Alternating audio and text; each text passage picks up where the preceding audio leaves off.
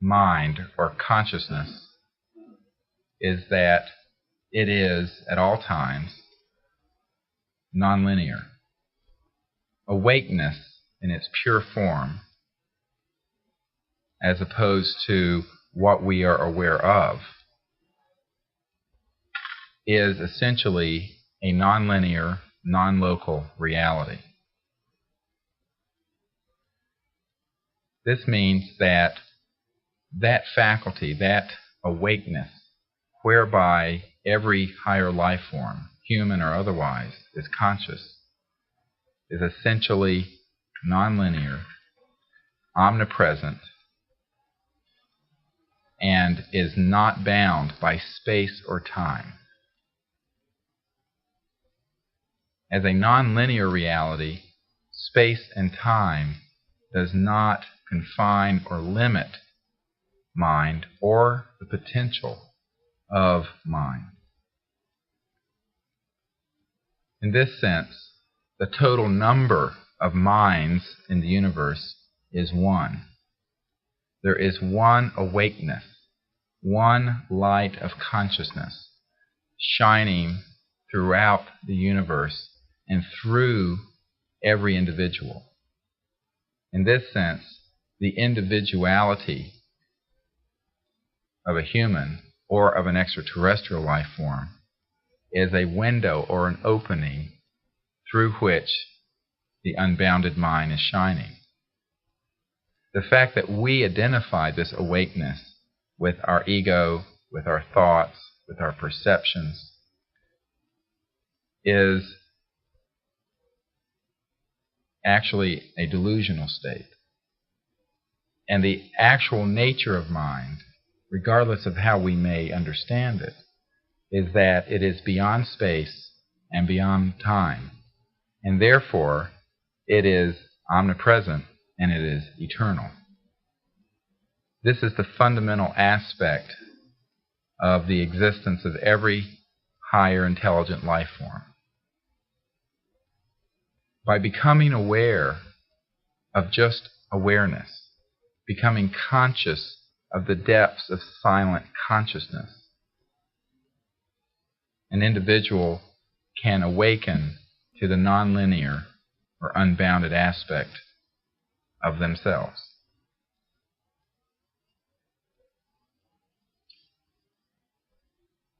Mind is, at all times, in that state, even while we are awake or asleep or dreaming. If we are thinking of a task, those thoughts which we are absorbed in are actually taking place within the context of a silent mind which is perceiving those thoughts. If we are hearing sounds, those sounds are being perceived by an awareness, a silent consciousness, which is transcendental to those sounds, and which is silent and unbounded.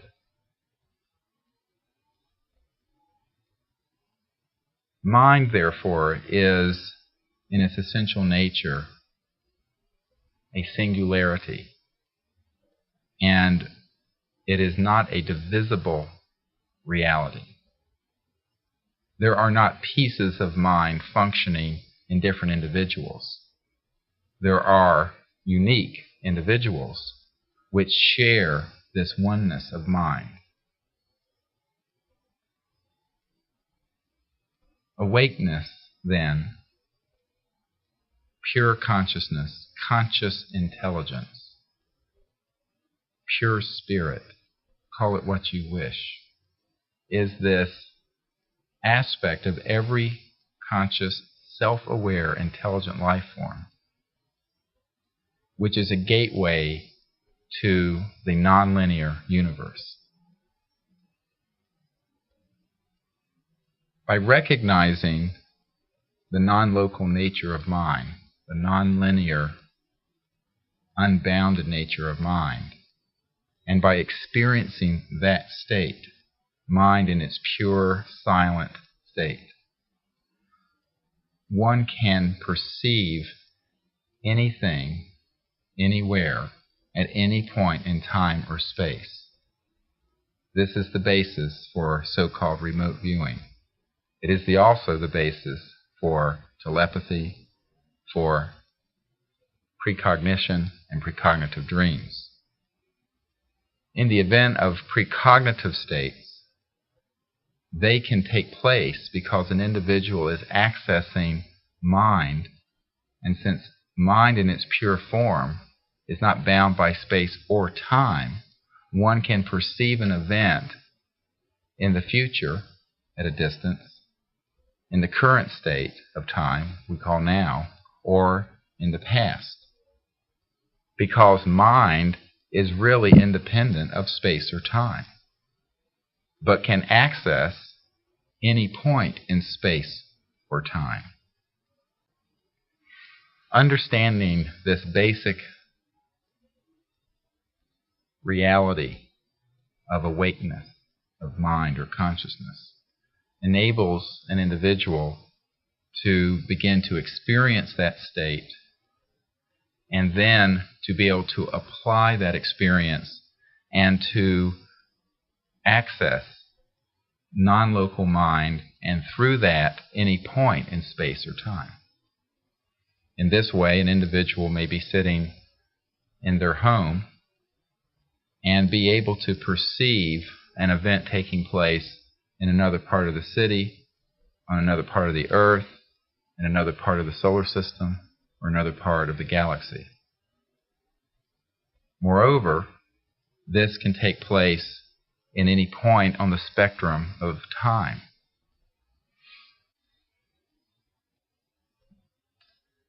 The important thing to remember is that the experience of mind is continual. We are all awake. Usually, and unfortunately, we are only awake to what we are aware of: the sounds, the thoughts, the perceptions, the emotions, the ego. And it takes some practice in silence to become aware of just awakeness itself, to become aware of just awareness, for the mind to reflect only mind. While this requires some time and discipline, it is not intrinsically a difficult thing, except to the extent that we tell ourselves it is impossible. Because you are awake. And if you are awake, you can experience simple, pure awakeness. In this sense, it's closer to us than our life's vein. It is such an intimate part of being a conscious, awakened entity that we don't see it. It is almost too close. So it takes practice in silencing the mind and in being able to access this calm, clear state of simple awareness of awareness, just awakeness, for this understanding to grow. At first, for some people, it may seem difficult because of various distractions, but with practice, the ability to be aware of awareness grows and becomes very simple and very automatic and can be utilized whether in meditation, whether waking, whether sleeping and dreaming, whether walking, at any point in time and during any activity. This has been called cosmic consciousness by some, when the individual is able to be aware of this universal, undifferentiated, silent mind, even while they are engaged in everyday activities or waking or sleeping. It is a constant presence. This too should be something simple and natural in its evolution, because it is only the practice of becoming aware of awareness and we are awake all the time, that is required for this to happen. Now, the significance of this, as it pertains to extraterrestrial life forms, is that just as humans are awake, these other intelligent life forms are also conscious or awake. And as mentioned earlier, the total number of minds in the universe is one. This means the light of awakeness itself, which is shining through you and through every human, is also shining through and illuminating every extraterrestrial life form.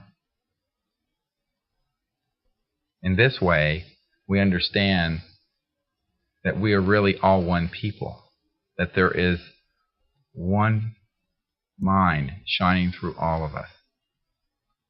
Some people have likened this to there being one spirit in many bodies, that there is this one awakeness which illuminates all. Beyond the question of intelligent life forms, human and extraterrestrial, or cosmological, it is also true that matter itself is awake, that space is awake, that there is a non-linear or non-local aspect of matter, of substance, of space, and it is awake even as you are awake and extraterrestrial life forms are awake.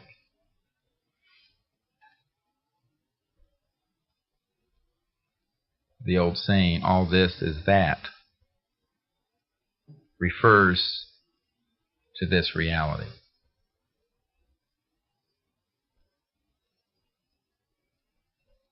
Every cell in the body is awake and has conscious intelligence in its warp and woof, as does every atom in every rock.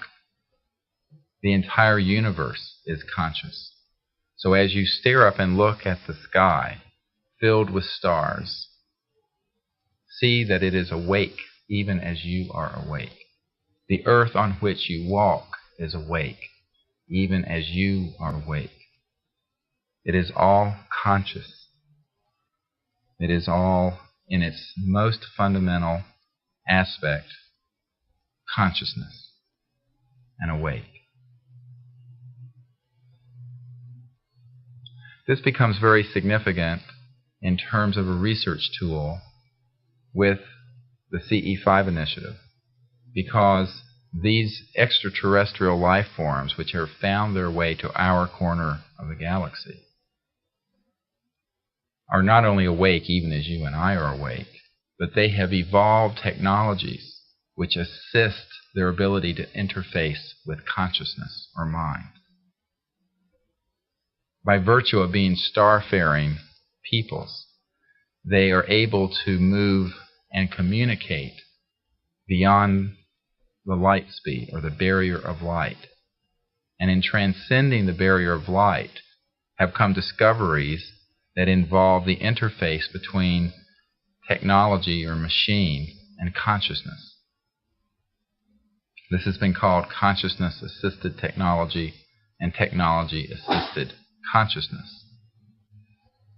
Importantly, from a research point of view, this means that these spacecraft and their occupants are able to interact with mind and thought as easily as we pick up a telephone and speak with over electromagnetic energy waves or radio waves or microwave signals.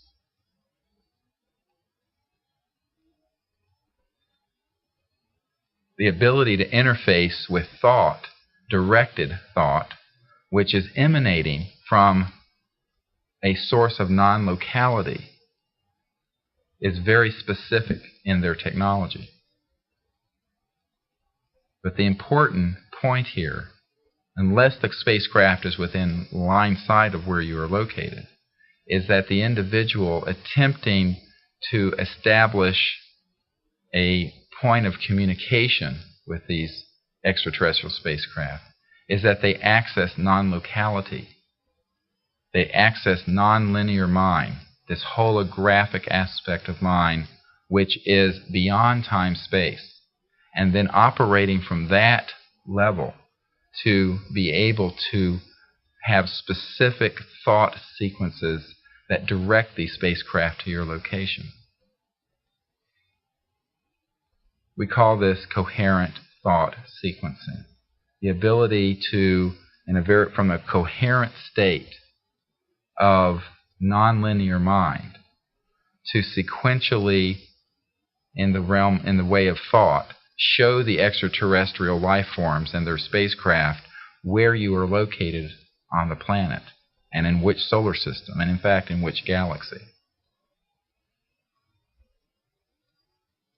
The efficacy of that technique, coherent thought sequencing, is directly proportional to the ability of the individual and the group of individuals to access and function within this holographic aspect of mind, or nonlinear mind, that mind which is beyond space-time, or transcendent to the normal boundaries of space-time.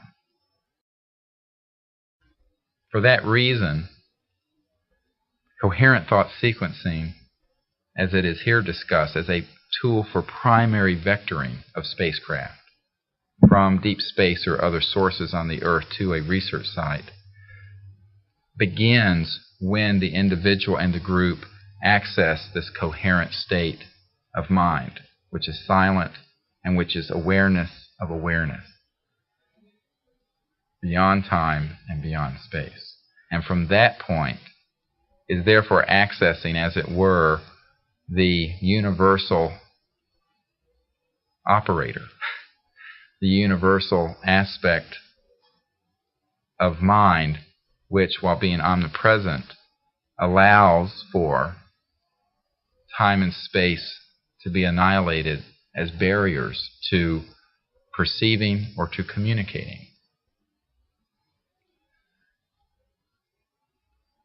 While in a state of unbounded mind, mind that's not bound by space-time, it is possible to awaken specifically in that state and see at distant points in space or time, as mentioned earlier.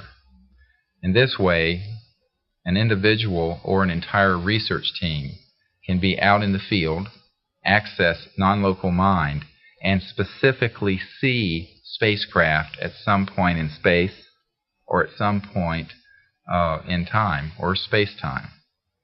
For our purposes, we'll be discussing, for real-time research projects, real-time, but in distant points in space.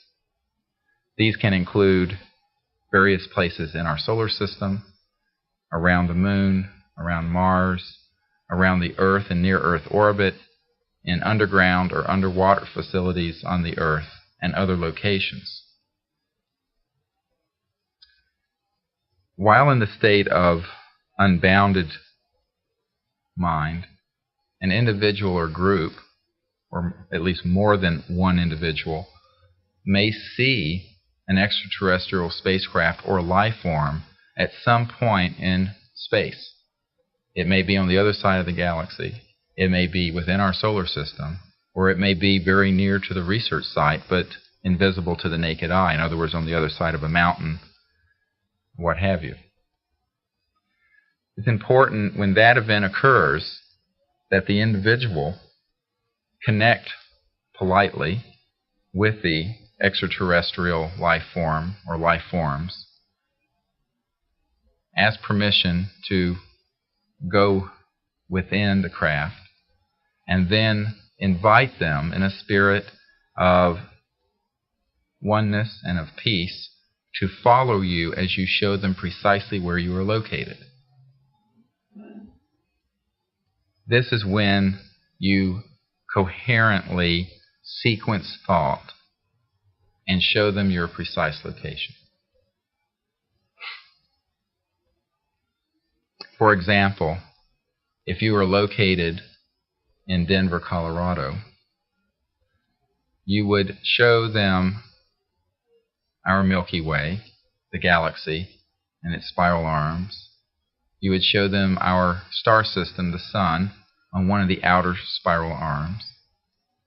You would then show them our solar system and the third planet from the Sun, known as Earth, with its moon. You would then show them in real time the North American continent, and if it is at night, that it would be dark, but the cities would be visible from space as you're coming to the Earth from space. And then you would show them the Rocky Mountain region, and to the east, the high plains of Colorado. And then you would show them the city of Denver, which is very large and sprawling and illuminated artificially at night. And then you would show them the specific area down to a few meters in detail of where you are located, including any lakes, geological formations or mountains, man-made structures, and indeed the group, the members of the team, the number, and exactly what you look like, and that you will be using beeping tones and lights from that site. This is then repeated over and over again. And in fact, one can go from deep space to the specific location in one flow consciousness thought with practice, which occurs almost instantaneously. Now, the ideal is not to imagine or just visualize where you are located, although that is perhaps a start, but to actually remote view it in real time. The difference is that in remote view, you actually are seeing from deep space the galaxy, the solar system, the Earth, the continent, and the specific location where you are located, as opposed to simply imagining or visualizing it. But that's, for some people, a distinction which grows slowly. And so if the remote view is not possible, then visualize it. This is most effective, as mentioned earlier, when you are accessing non-local mind. And for that reason, if at any point during the procedure you feel constricted, or you're straining, or you are getting very fixed and overly concentrated, relax for a moment, take some deep breaths, and then spend a moment or two accessing non-local mind, becoming aware again of this awareness, of this unbounded cosmic mind. Then establish in non-local mind, in this holographic state, then return to the coherent thought sequencing. The main point here being, take time and be relaxed to have a sense of pure consciousness and see that it is universal, it is cosmic. And in doing so, access this unbounded nature of mind. From that state of relaxed but very alert depth of consciousness, then do the coherent thought sequencing. The coherent thought sequencing really begins when one accesses this nonlinear holographic aspect of consciousness. The coherent thought sequencing is not a meditation technique to achieve that state. Frequently misspoken even by senior members of the CSETI research teams, that the coherent thought sequencing is meditation. It is not. The meditative tradition, whichever one you use, to access unbounded, calm mind, is distinct from the coherent thought sequencing, which commences at the point that you access that unbounded, non-local state. Coherent thought sequencing works, and can work in dramatic ways, because the extraterrestrial life forms not only are awake, even as you and I are awake, and this awakeness is a singularity that is indivisible and is universal, but because they have technologies that can interface with mind and thought. When an individual accesses this multipotent state of unbounded mind, and then specifically remote views of spacecraft, this is something their sensors or their technology can pick up quite clearly. And then, if you are able to show them precisely where you are located, they are able to read that as clearly as a television transmission or a videotape transmission that would be showing the same thing. The fact that we don't possess that technology does not mean it does not exist, because these life forms, which are in the hundreds of thousands to millions of years technologically more developed than we are, utilize these types of nonlinear technologies as easily as you and I turn on light switches or speak on the telephone.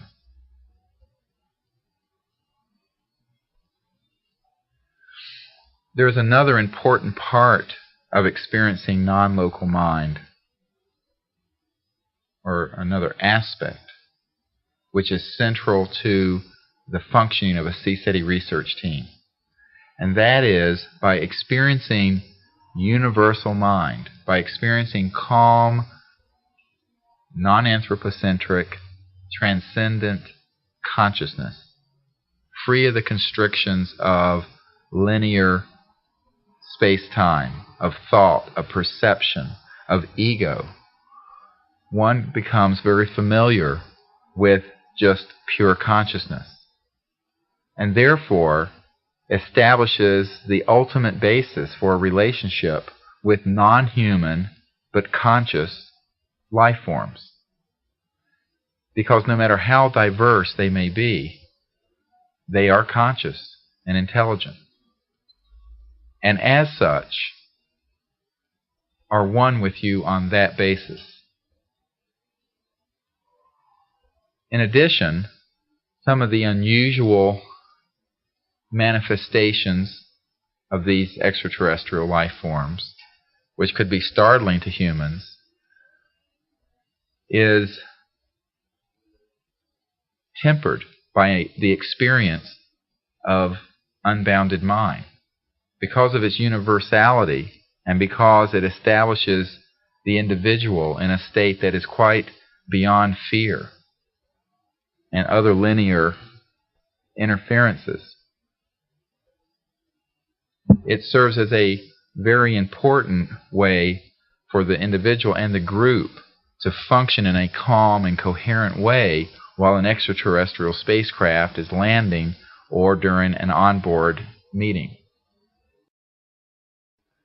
The experience of universal mind is really the great prerequisite of an ambassador to the universe. Because by relating to universal mind, the individual becomes comfortable with every universal life form, which is conscious just as you are. Now, for the purposes of this training tape, on the reverse side, we will experience a guided meditation. It is just an example, and it is not considered to be necessarily one that is best suited for you. Each individual should learn a technique of meditation which enables them to comfortably and easily experience unbounded nonlinear mind, so that the coherent thought sequencing is done effortlessly from that launching point, as it were, of non-locality or nonlinear mind. But for the purposes of this training, there will be a guided meditation, at the end of which it will be stated that the meditation segment is over and that we will then begin the coherent thought sequencing. During your own practice of this in your research team, you will replace whatever geographic locality is used in our example or a training tape with where you are actually located. Unless, of course, you wish for the extraterrestrials to go somewhere else.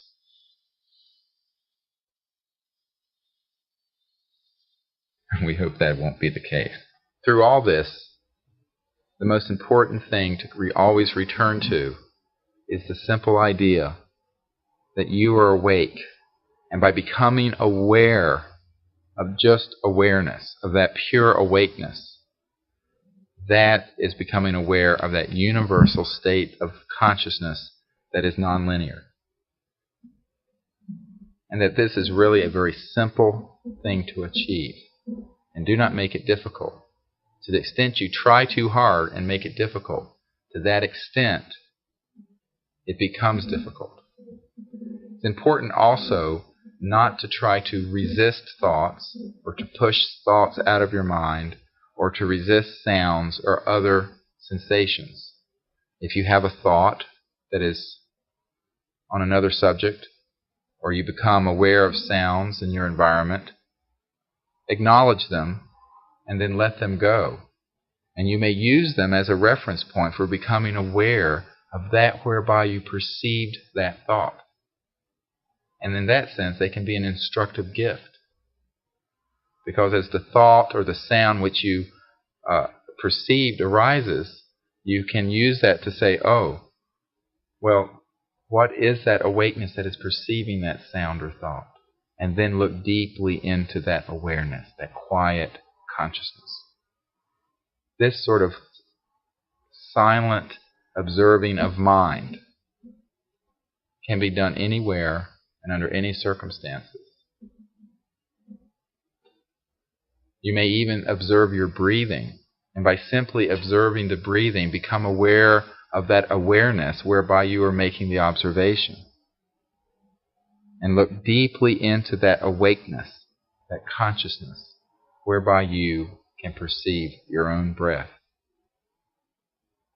And within that silence between the breath, between the inhalation and the exhalation, you can see that absolute silence of awakeness.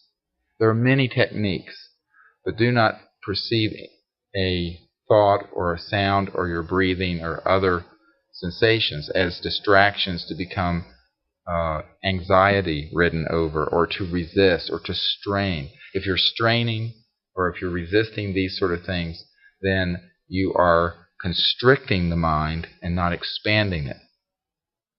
And the idea here is to allow it to expand to its unbounded true state. With those instructions in mind, bound by space or time.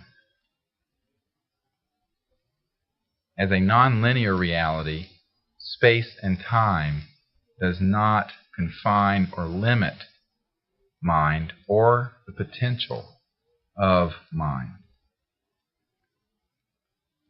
In this sense, the total number of minds in the universe is one. There is one awakeness, one light of consciousness shining throughout the universe and through every individual. In this sense, the individuality of a human or of an extraterrestrial life form is a window or an opening through which the unbounded mind is shining. The fact that we identify this awakeness with our ego, with our thoughts, with our perceptions, is actually a delusional state. And the actual nature of mind, regardless of how we may understand it, is that it is beyond space and beyond time. And therefore, it is omnipresent and it is eternal. This is the fundamental aspect of the existence of every higher intelligent life form. By becoming aware of just awareness, becoming conscious of the depths of silent consciousness, an individual can awaken to the nonlinear or unbounded aspect of themselves.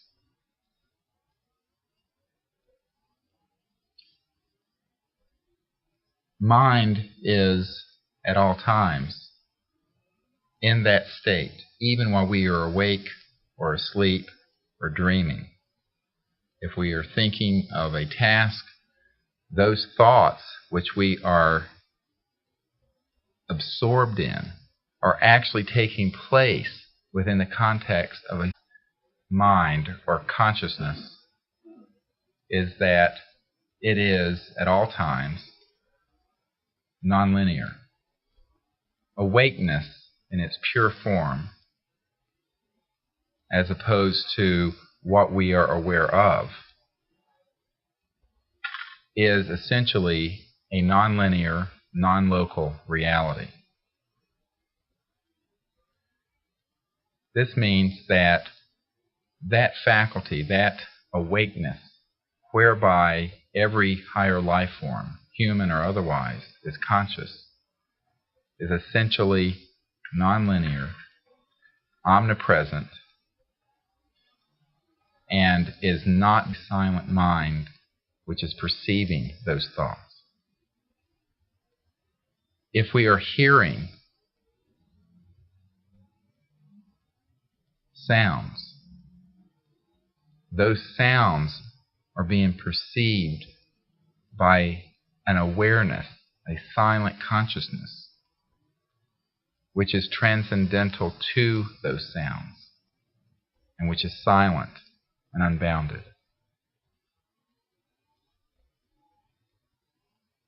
Mind, therefore, is, in its essential nature, a singularity, and it is not a divisible reality.